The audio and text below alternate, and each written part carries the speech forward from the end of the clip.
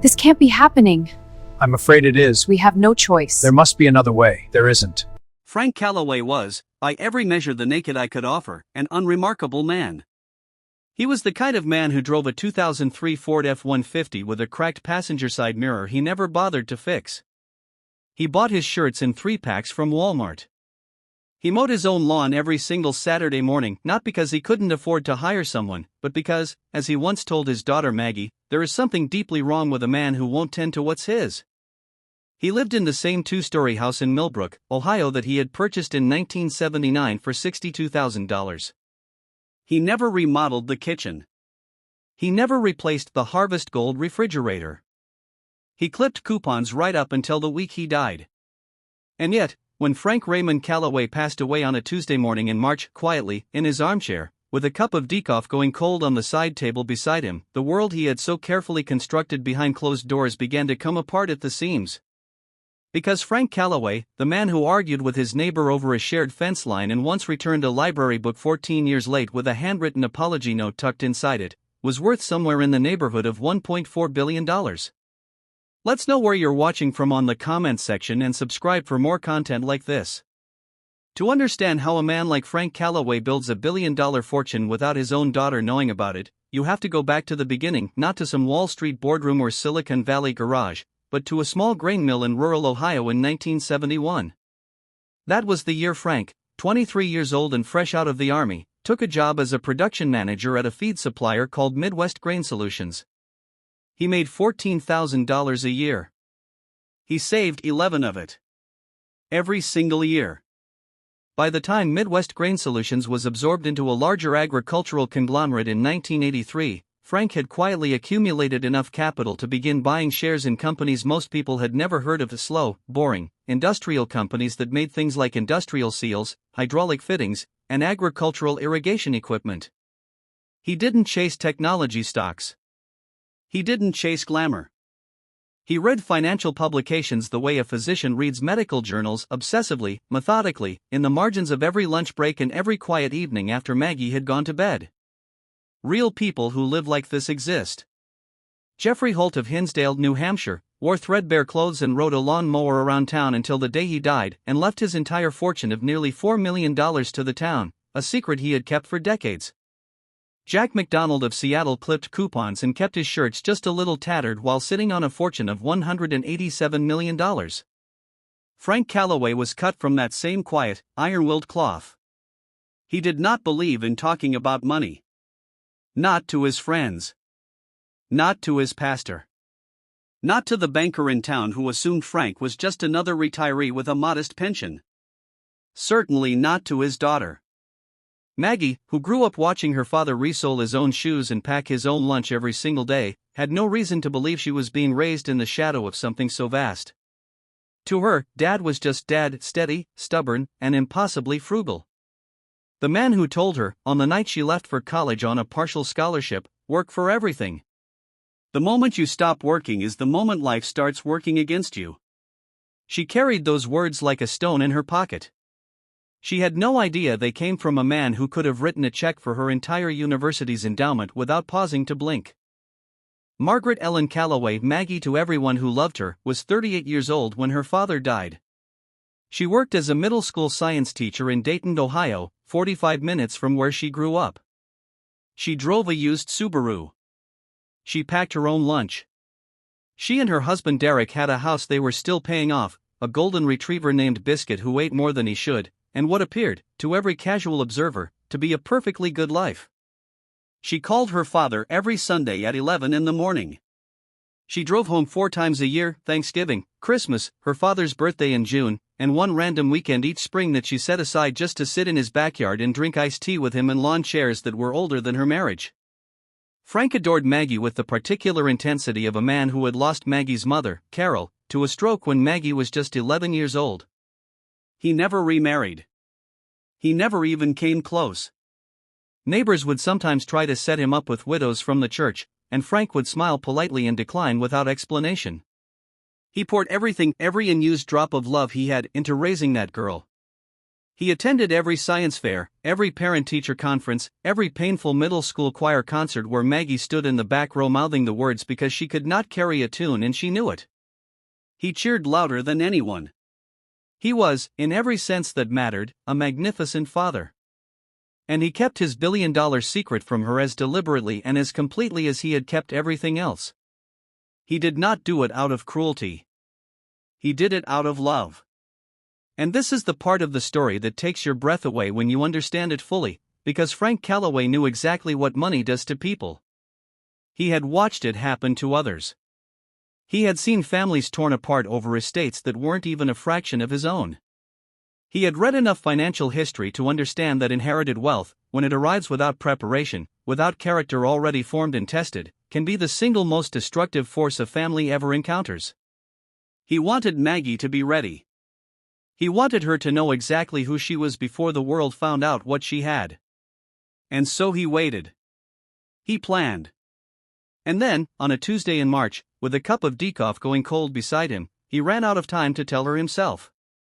Before we go any further, and we are going to go much further into this story, because what happens next is almost too much to believe, let us know in the comments where you're watching from. We'd love to hear from you. And don't forget to hit that subscribe button so you never miss any of our upcoming videos. Because this story is just getting started. The reading of Frank Calloway's will took place 12 days after his funeral, in the offices of a law firm in Columbus, Ohio, a firm that Maggie had never heard of, arranged by an attorney named Gerald Fitch who had driven down from Columbus to attend the funeral in a car that cost more than most people in Millbrook earned in a year. Maggie had noticed him at the graveside, standing at a respectful distance, and assumed he was someone from her father's past, maybe an old army buddy, maybe a former colleague. She did not ask. She was too busy grieving. She was too busy standing there in the cold in her black coat with her husband Derek's arm around her shoulder, trying to hold herself together while the pastor read from Psalms 23 over a box containing the only parent she had left in the world. Gerald Fitch was not an old army buddy. Gerald Fitch had been Frank Calloway's personal attorney for 27 years. And what he carried in the leather briefcase he said on the conference table that morning would change the course of Maggie Calloway's life permanently and irrevocably. The document was 41 pages long.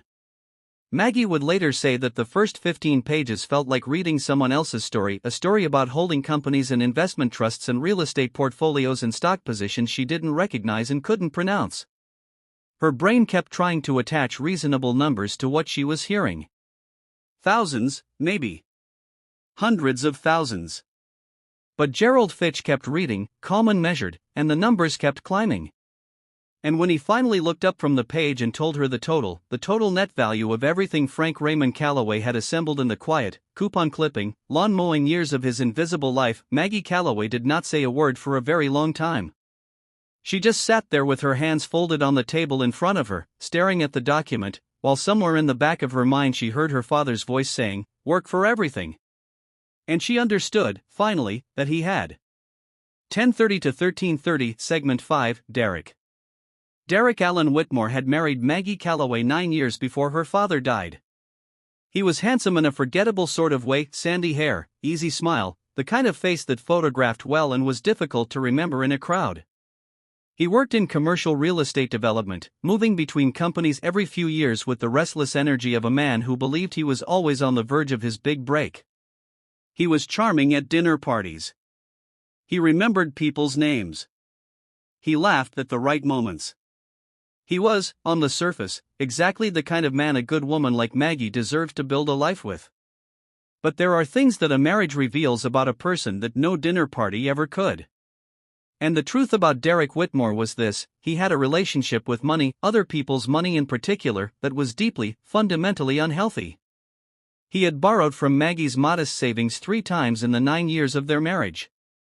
He had missed mortgage payments twice and concealed both incidents from her until the bank sent a second notice. He carried a private credit card she did not know about, with a balance she would later describe, in the quiet, controlled voice of someone who has already processed most of their shock, as significant. He was not a bad man in the theatrical, villainous sense of the word. He was something perhaps more dangerous, a weak man with expensive tastes and the absolute conviction that circumstances would eventually arrange themselves in his favor. When Maggie came home from Gerald Fitch's office and told Derek what her father had left her, she watched something change in his face. It was subtle. It was fast. But it was there, a flicker of something she did not immediately recognize but would spend the following weeks trying to name. She had expected him to be stunned. She had expected him to hug her, maybe cry a little, maybe sit with her while she processed the enormity of it. Instead, Derek Whitmore pulled out his phone and began talking about investment strategies before Maggie had even taken off her coat. He talked about the house they could buy.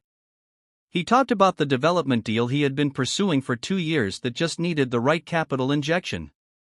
He talked, and he kept talking, for so long and with such velocity that Maggie eventually stopped listening and just stood in their kitchen, still wearing her coat, staring at the Harvest Gold refrigerator her father had given them as a housewarming gift years ago, the one she had complained about endlessly, the one she now understood meant something she hadn't been wise enough to see.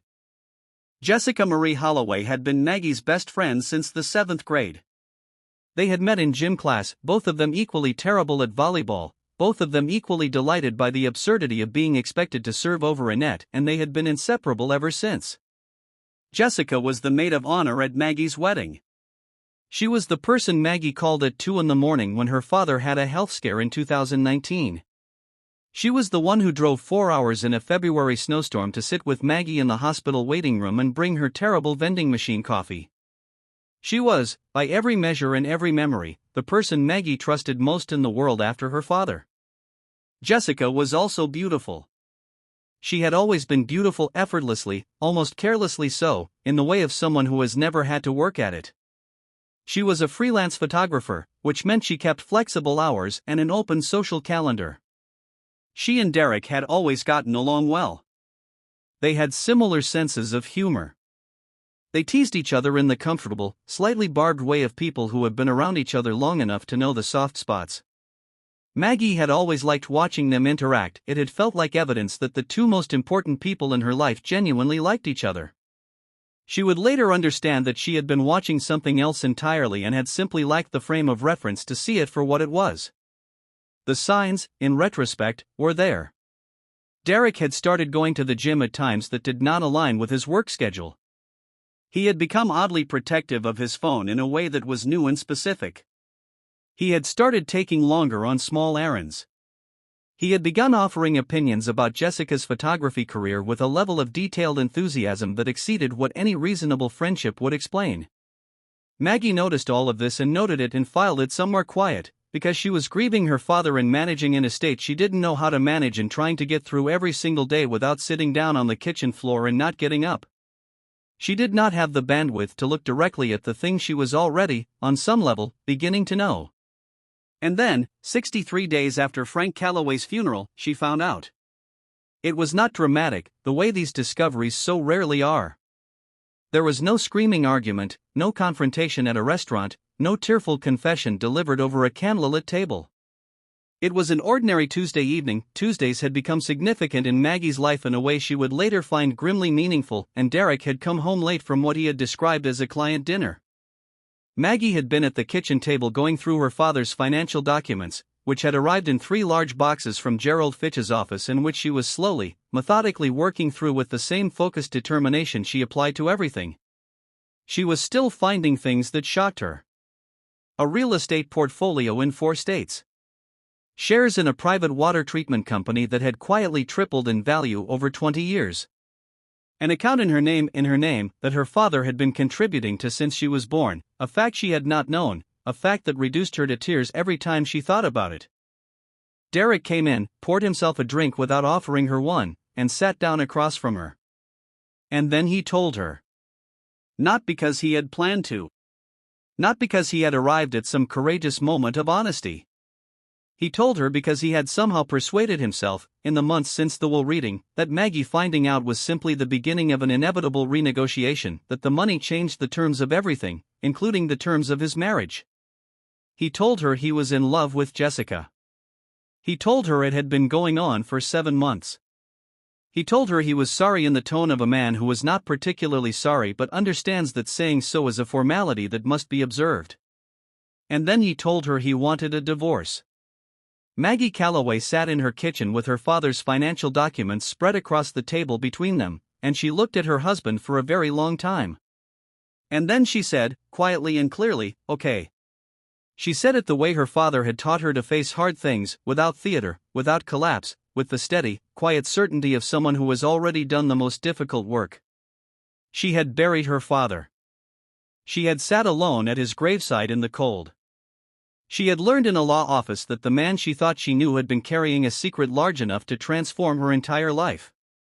She was, by the time Derek sat down across from her, already more acquainted with loss and shock than most people encounter in a lifetime. She was not going to come apart in front of him. She was simply not going to do it. And here is where the story turns. Here is where Frank Calloway, dead 6 weeks, begins to play chess from the other side of the grave.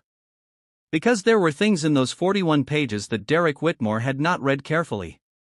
There were things that Gerald Fitch had explained to Maggie in their private follow-up conversations that she had not shared with her husband. There were structures built into Frank's estate, structures assembled with a precision that spoke to decades of deliberate, patient, careful thought that meant Derek Whitmore was never going to touch a single dollar of what Frank had built. Frank Calloway had not trusted Derek Whitmore. He had not trusted him quietly and from a distance and for years. He had watched his son-in-law's financial behavior with the practiced eye of a man who understood what money revealed about character, and he had made arrangements accordingly. The entire estate, every trust, every holding company, every investment account was structured so that it passed entirely and exclusively to Maggie, with legal protections so thorough and so layered that divorce, under any circumstances, could not reach it. Frank had consulted with 3 separate attorneys over a period of 6 years to make sure of this. He had updated the documents twice. He had, in the last year of his life, added a provision that made the protections even stronger, as if some part of him had sensed that the clock was running short and the arrangements needed to be airtight before he ran out of time to tend to them. Derek had assumed, in the weeks after the will reading, that the money was essentially marital property, that his 9 years of marriage gave him a claim to at least a portion of what Maggie had inherited. His attorney, retained within 2 weeks of him telling Maggie he wanted a divorce, very quickly informed him that this assumption was wrong. Spectacularly, comprehensively wrong. Frank Calloway had closed every door. Every single one. Derek Whitmore was going to walk away from that marriage with exactly what he had brought into it, which was, it turned out, rather less than anyone had realized. The more Maggie learned about her father's preparations, the more she came to understand that Frank Calloway had been doing something remarkable for years, not just building a fortune, but building a fortress around it. He had kept detailed notes, stored in a safety deposit box at a bank in Columbus, that outlined his reasoning for every decision. Gerald Fitch brought those notes to Maggie in a leather folder, and she read them over the course of 3 evenings at her kitchen table with a glass of wine she barely touched, reading her father's careful, slightly formal handwriting in the lamplight, listening to his voice come through every line. He had written about Derek. He had written about him with a measured, characteristically restrained sadness that was more devastating to read than anger would have been. He wrote, "I have never said this to Maggie because it is not my place to say it, and because she is an adult who is capable of her own choices and deserves to live by them. But I have watched Derek Whitmore closely, and what I see concerns me in ways I cannot resolve. I do not see a man who would protect her. I see a man who would, in difficult circumstances, protect himself. I hope I am wrong. But I cannot build what I have built and then leave it exposed to the possibility that I am right." He wrote those words 4 years before he died. He wrote them in the same careful, considered way he wrote everything, as if he already knew how the story ended and was simply making sure he had done everything he could to shape the chapter that came after. What Frank Calloway had built was not just a financial estate. It was a message. It was the last and most complete expression of everything he believed about love and preparation and the responsibility of a parent. He had lived his entire adult life in the service of a single, quiet conviction that his daughter would be okay. That when the hardest moments came, and he knew they would come, because he was a man who had read enough history to know that hardest moments always come, she would not just survive them. She would be ready for them. He had built her a foundation so solid, so deep, so carefully reinforced, that no amount of betrayal or grief or shock could shake it. He had done this in silence, in a Harvest Gold kitchen, over 40 years, wearing shirts from a 3-pack, and he had never once mentioned it. The divorce was finalized 4 months after Derek moved out. It was, legally speaking, almost entirely unremarkable. Derek's attorney had pursued every available avenue and found all of them closed. The prenuptial agreement Frank had quietly suggested to Maggie before the wedding, the one she had thought was just her father being overly cautious, the one Derek had signed without reading it as carefully as he should have, turned out to be, according to two separate family law attorneys Maggie consulted, extraordinarily well constructed. The attorney Frank had hired to draft it had specialized in exactly this kind of protective document for high-net-worth individuals whose heirs were marrying partners of uncertain character. Frank had thought of everything. Derek left with his personal belongings, his own car, his own debts, which were, when fully disclosed in the divorce proceedings, quite substantial, and the vague, stunned expression of a man who had believed he was walking through a door and discovered he had walked into a wall. He and Jessica moved into a rental apartment in Columbus. Maggie wished them, with the particular grace that comes from having already survived the worst of something, a genuinely adequate life. She did not say this. She thought it. She thought it while standing at the window of her father's old house in Millbrook, which she had decided to keep, which she was slowly, room by room, beginning to restore, watching the same stretch of street her father had mowed a lawn beside every Saturday for 40 years. The golden retriever, Biscuit, stayed with Maggie. This was the one point in the proceedings on which she was absolutely immovable. The attorneys later said she had been perfectly pleasant and cooperative throughout every other aspect of the divorce. On the subject of Biscuit, she had been, in the words of Derek's own attorney, remarkably firm. Biscuit stayed. Biscuit has always stayed. And on some nights, when the house in Millbrook is very quiet and the lamplight is low and Maggie is sitting at the kitchen table going through what remains of her father's notes, Biscuit puts his head in her lap and she puts her hand on his head and she thinks about what it means to be loved by someone who prepared for your future more carefully than you could ever have prepared for it yourself. Grief and inheritance, arriving together, are not something the human emotional architecture is particularly designed to manage. There is a particular cruelty to the way they interact. The grief makes the inheritance feel unreal, and the inheritance makes the grief feel complicated in ways that are hard to explain to anyone who hasn't been through it. Maggie Calloway would tell you, if you asked her, that the hardest part of the months after her father died was not the money. The hardest part was the revelation of who her father had been, the full, complete, finally visible version of a man she had loved her whole life without ever fully knowing. She found, in the safety deposit box alongside his legal notes, a collection of personal letters he had written and never sent. Some of them were addressed to her. Most were written in the later years of his life, during the stretch of time when Frank had clearly begun to understand that the clock was running. He wrote about her childhood. He wrote about the science fairs and the choir concerts. He wrote about the Sunday phone calls that he had waited for all week, every year. He wrote about the pride he felt watching her become a teacher, a choice that had made no financial sense and that had told him everything he needed to know about the person she was. He wrote about Carol, Maggie's mother, and about the years after she was gone, and about how Maggie had carried her mother's eyes in her face every single day in a way that was both the deepest comfort and the deepest heartbreak of his life. He wrote, in the last letter, which was dated 3 months before he died, "I have tried to give you everything I could. Most of it I gave you before you were old enough to know I was giving it. The rest of it is in documents you will read with Gerald.